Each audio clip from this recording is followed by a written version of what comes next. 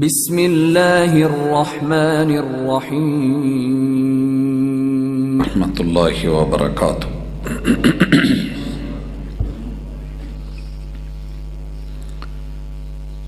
الحمد للہ والصلاة والسلام علی رسول اللہ۔ اعوذ باللہ السمیع العلیم من الشیطان الرجیم۔ رب اشرح لی صدری ویسر لی امری واحلل عقدۃ من لسانی یفقہوا قولی۔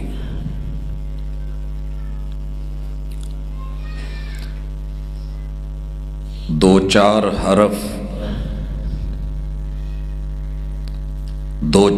حرف وفا کے میں لے کے کیا کروں؟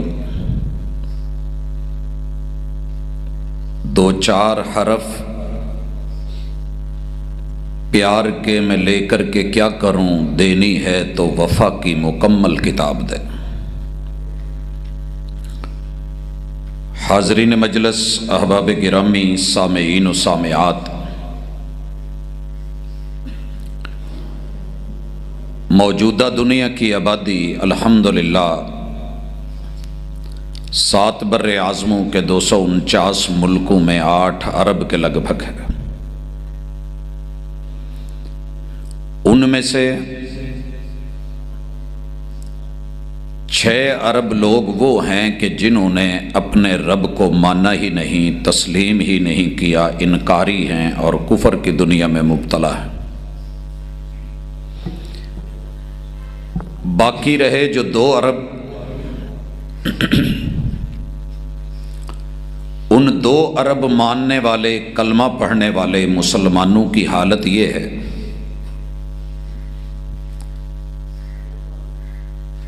کہ ان میں سے 99% سے بھی زیادہ لوگ اپنی بیٹی کا نکاح نہیں پڑھا سکتے اور اپنے باپ کا جنازہ نہیں پڑھا سکتے۔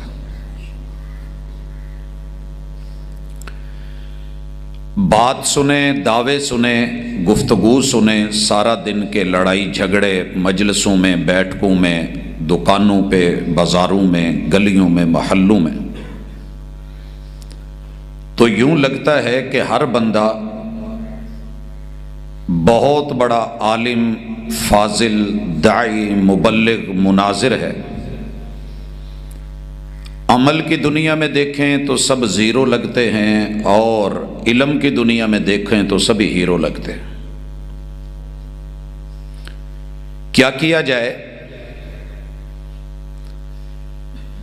جنہوں نے نہیں مانا، جنہوں نے مانا ہے، کم از کم ان کے اندر تو خیر، بہتری اور بھلائی ہونی چاہیے۔ حضرات،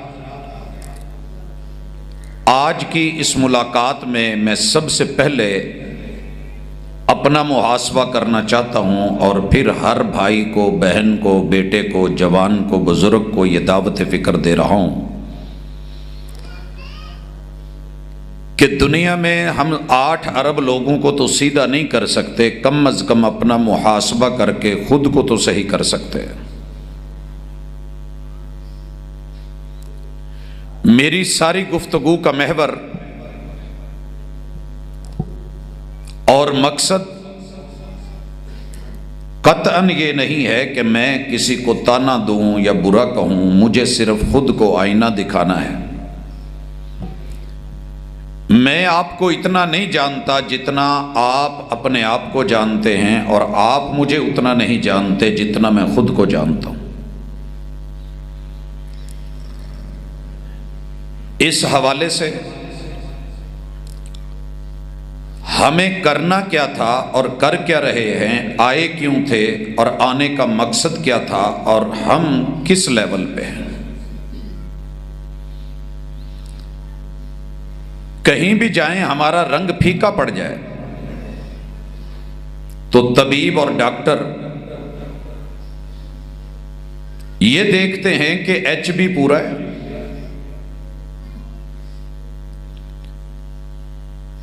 بلڈ کو چیک کیا جاتا ہے، اگر کم ہو تو اسے پورا کرنے کی صلاح دی جاتی ہے، مشورہ دیا جاتا ہے، دوا دارو دیا جاتا ہے اس کے لیے، اگر نہ ہو تو کم از کم دوا کے بعد بلڈ لگانے کا مشورہ دیا جاتا ہے۔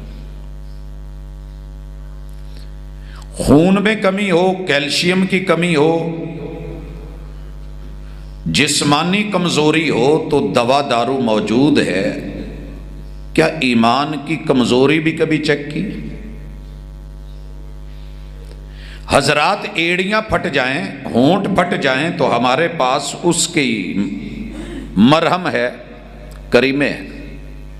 دل پھٹ جائیں، نفرتیں پیدا ہو جائیں اور ایک دوسرے کے خلاف تند و تیز جملے، بغض اور کینہ پھوڑا بن جائے اور پیپ نکلے تو سب صاف کرنے کا مشورہ دیتے ہیں۔ ناک بہنے لگے تو لوگ کہتے ہیں کہ صاف کر لے، لیکن کوئی کسی کو یہ کہنے کو تیار ہی نہیں کہ میں بھی اپنا دل صاف کروں، آپ بھی کریں۔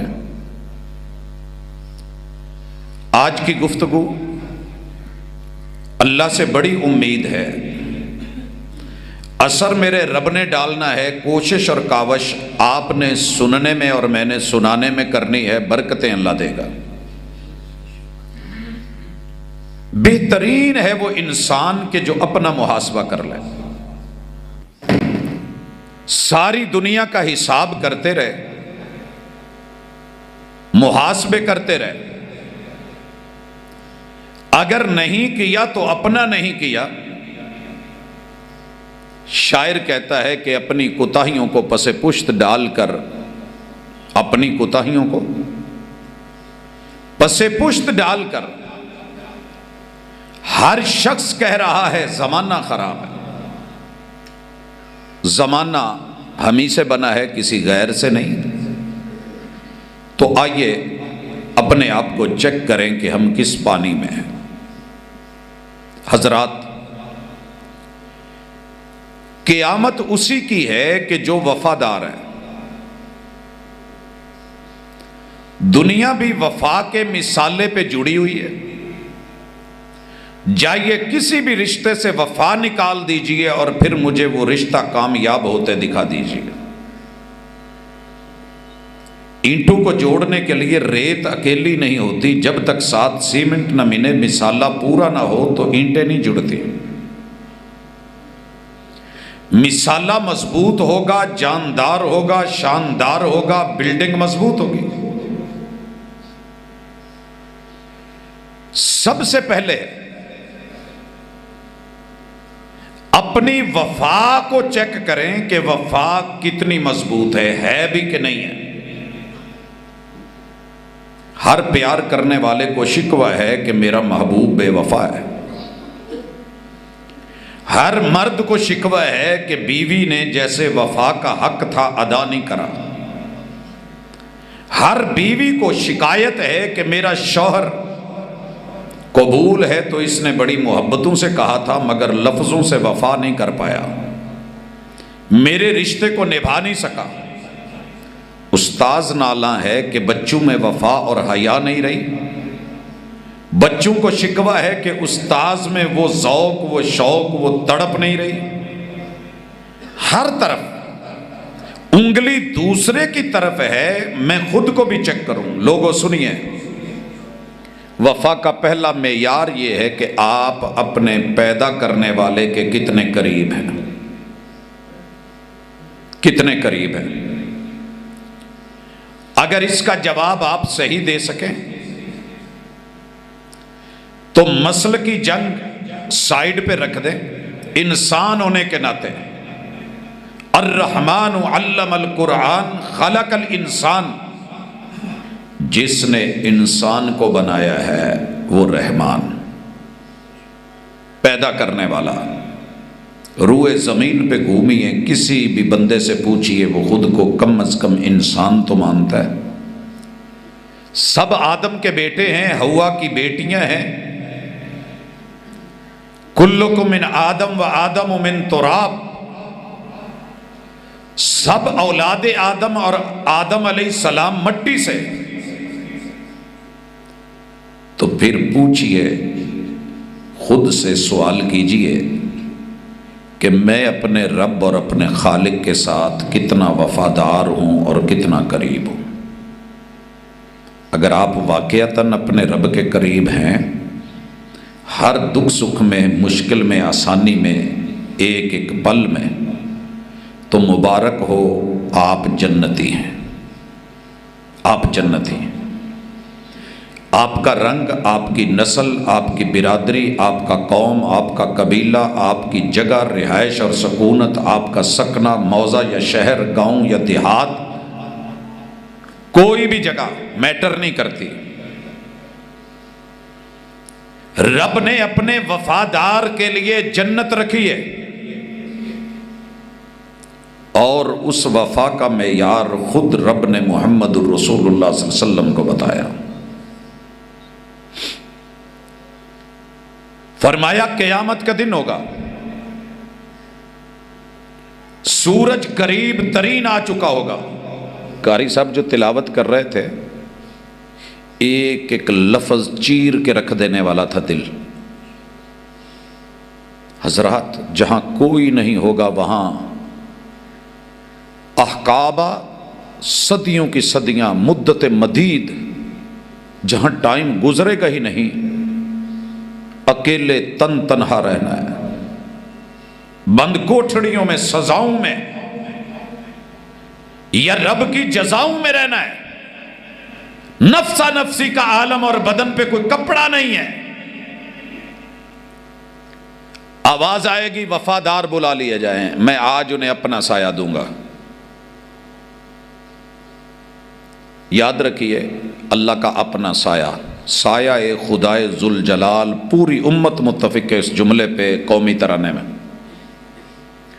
جتنی بھی صحیح احادیث میں لفظ ہیں وہ اللہ کا سایہ ہے۔ یوم لا ظل الا ظلہ، یہ عرش کا لفظ اپنی طرف سے ایڈ کیا ہوا ہے۔ اللہ اپنا سایہ دیں گے، اور جہاں رحمت کا سایہ مل جائے، رحمت کا سایہ، وہاں کیا ہوگا؟ بلایا جائے گا، میرے وفادار بلا لیے جائیں۔ اللہ کون ہے وفادار؟ یہاں 7 کا تذکرہ محمد رسول صلی اللہ علیہ وسلم نے کیا ہے۔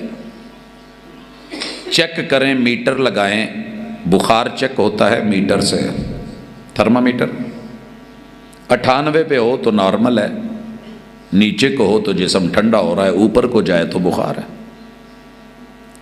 فرمایا پہلا خوش نصیب امام عادل، امام ہم نے ترجمہ کیا کہ عدل کرنے والا امام یا حکمران نہیں میرے بھائی، جسے بھی دنیا میں فرنٹ مل گیا، آگے کر دیا گیا، لیڈ کرنے کے لیے چن لیا گیا، لیڈر بنا دیا گیا، وہ 2 لوگوں میں ہو، مانیٹر بنا دیا گیا، CR یا GR بنا دیا گیا، یا جاتے ہوئے باپ بڑے بیٹے کو یا چھوٹے کی ذمہ داری لگا کر کے چلا گیا۔ حضرات، اس چھوٹی ڈیوٹی سے لے کے آخری امیر المومنین کی عہدے تلک جس بھی بندے کی کوئی ڈیوٹی اور ذمہ داری لگ گئی اور اس نے عدل کیا، یہ وفادار ہے۔ بھائیو، آپ دیہاتی ماحول میں بیٹھے ہیں، پکی کھوئی ہے کچی؟ پکی۔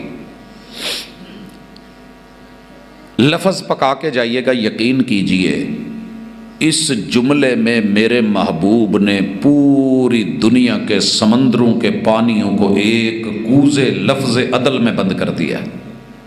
امام عادل۔ ہم نے سب سے بڑا دھوکہ یہ کھایا،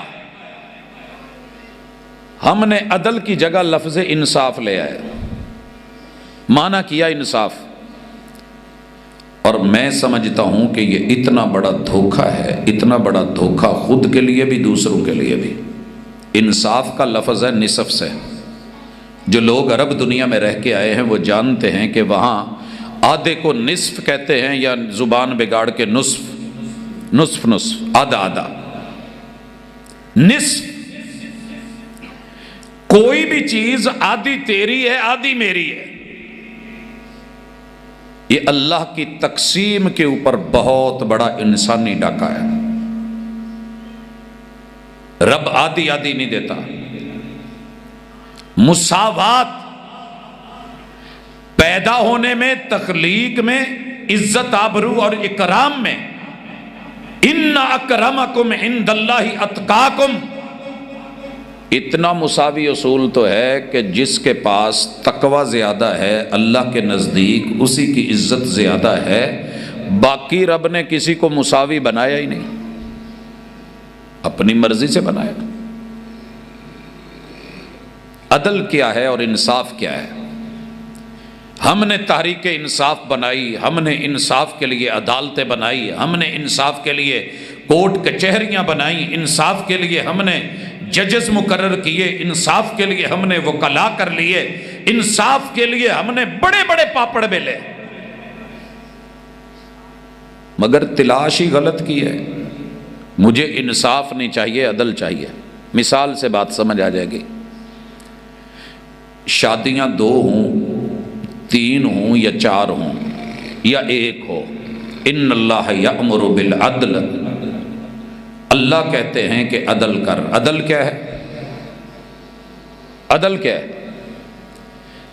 ایک بیوی بڑی ہے، عمر 50 سال ہے، بیماریاں ہیں، دکھ ہے، درد ہے، تکلیفیں ہیں، بچے بڑے ہیں، عمریں زیادہ ہیں، کوئی بڑی کلاسز میں ہے، ان کی ضرورتیں بھی زیادہ ہیں۔ ایک کو 3 روٹیاں، دوسرے کو 3، تیسرے کو 2، اس طرح ان کی ذمہ داریاں، کپڑا زیادہ، میٹر زیادہ۔ دوسری ابھی بیوی چھوٹی ہے، جوان ہے، بیماری بھی کوئی نہیں، دکھ بھی کوئی نہیں، پریشانی بھی کوئی نہیں، بیٹا ہے مگر چھوٹا ہے۔ ان دونوں میں انصاف کا تقاضا کیا ہے کہ اگر بڑی کو 1 لاکھ دے رہا ہے تو چھوٹی کو بھی 1 لاکھ دے، بڑی کو 50,000 دے رہا ہے تو چھوٹی کو بھی دے۔ یہ ہے انصاف۔ لیکن اللہ نے تو کہا تھا عدل کرو۔ عدل کیا ہے؟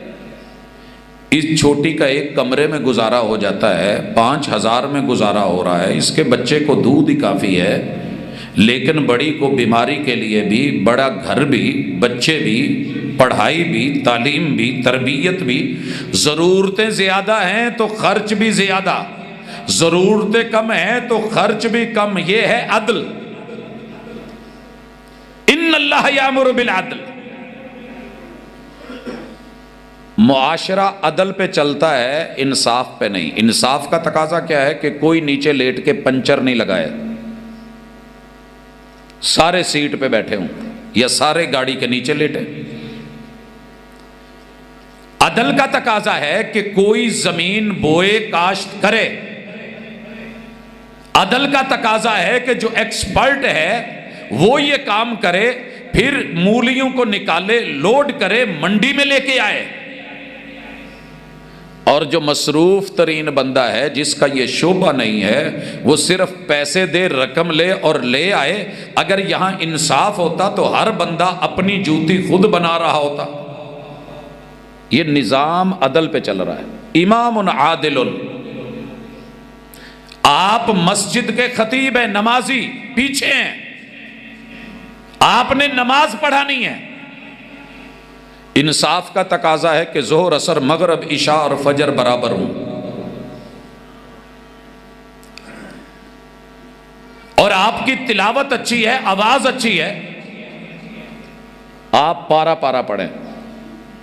عدل کا تقاضا ہے کہ چھوٹے بچے بھی ہیں، جوان بھی ہیں، بوڑھے بھی ہیں۔ قاری صاحب بے شک جوان ہیں، آواز میں ماشاءاللہ بڑا تن تنا ہے اور بڑی ترنم اور جو ہے وہ حسن و جمال ہے، یہ 2 پارے کیا 10 پارے پڑھ سکتے ہیں، ان کے قدموں میں جان، ہمت اور سکت ہے۔ لیکن عدل کا تقاضا ہے کہ تیرے پیچھے کوئی ضرورت مند بھی کھڑا ہے، کوئی محتاج بھی کھڑا ہے، کوئی بیمار بھی ہے، کوئی مریض بھی ہے، کوئی بوڑھا بھی ہے۔ امام عادل،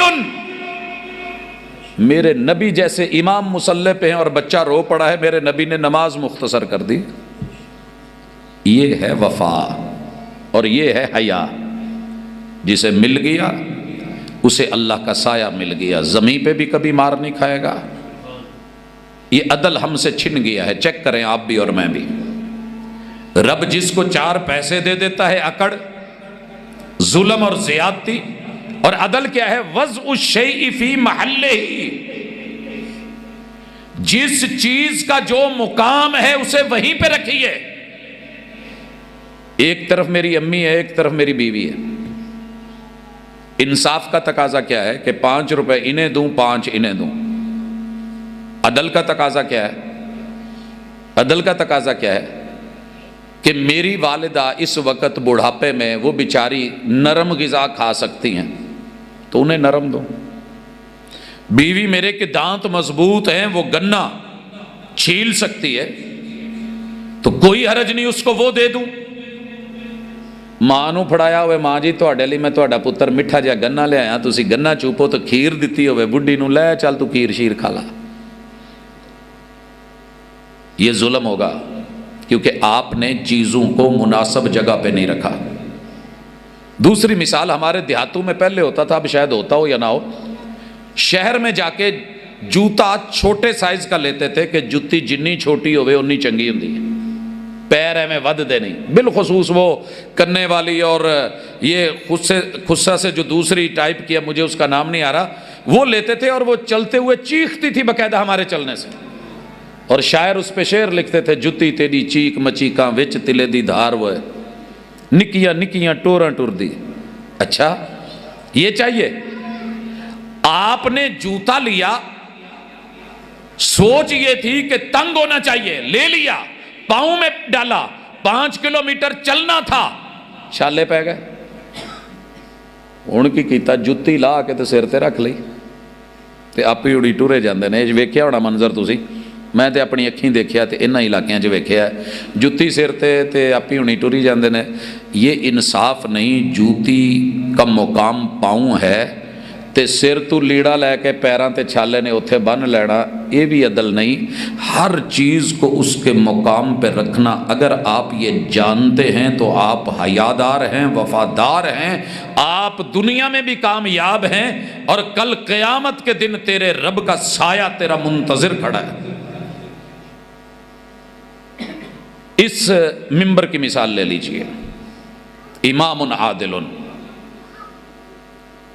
میں پڑھا لکھا ہوں، میرے سامنے لوگ اتنا نہیں پڑھے ہوئے جتنا ایک امام اور خطیب 8 سال مدرسے میں پڑھ کے آیا. میں دیکھتا ہوں کہ لوگوں کا رجحان کچھ اور ہے. میں ان کے رجحان کو دیکھ کے خود کو بھی بدل لوں، مسئلے کو بھی بدل لوں، دلیل کو بھی بدل لوں. کس لیے؟ جے میں انہوں نے صحیح گل دسی تے انہوں نے کہنا ہے کہ پہلے بزرگ کی کردے رہے نے، تو مولوی نوا گیا. یہ ڈر گیا ہے اور دین میں ڈر ظلم ہے. اب لوگوں کے تیور دیکھ کے، چودھری صاحب کی سوچ دیکھ کے، احباب کا نقطہ نظر دیکھ کے، ان کی ہاں میں ہاں ملا کے یہ رب اور رسول اور وحی اور شریعت، قرآن اور حدیث اور سنت کو اگر پیچھے کر دیتا ہے تو یہی ظلم ہے. یہ عدل نہیں کر سکا، عدل نہیں کر سکا. مثال لیجئے چھوٹی سی. دنیا اس وقت ادب کے دائرے میں رہنا چاہتی ہے اور ہمیں اچھا لگتا ہے کہ ہمارے بڑے، ہم ان کا ادب کریں.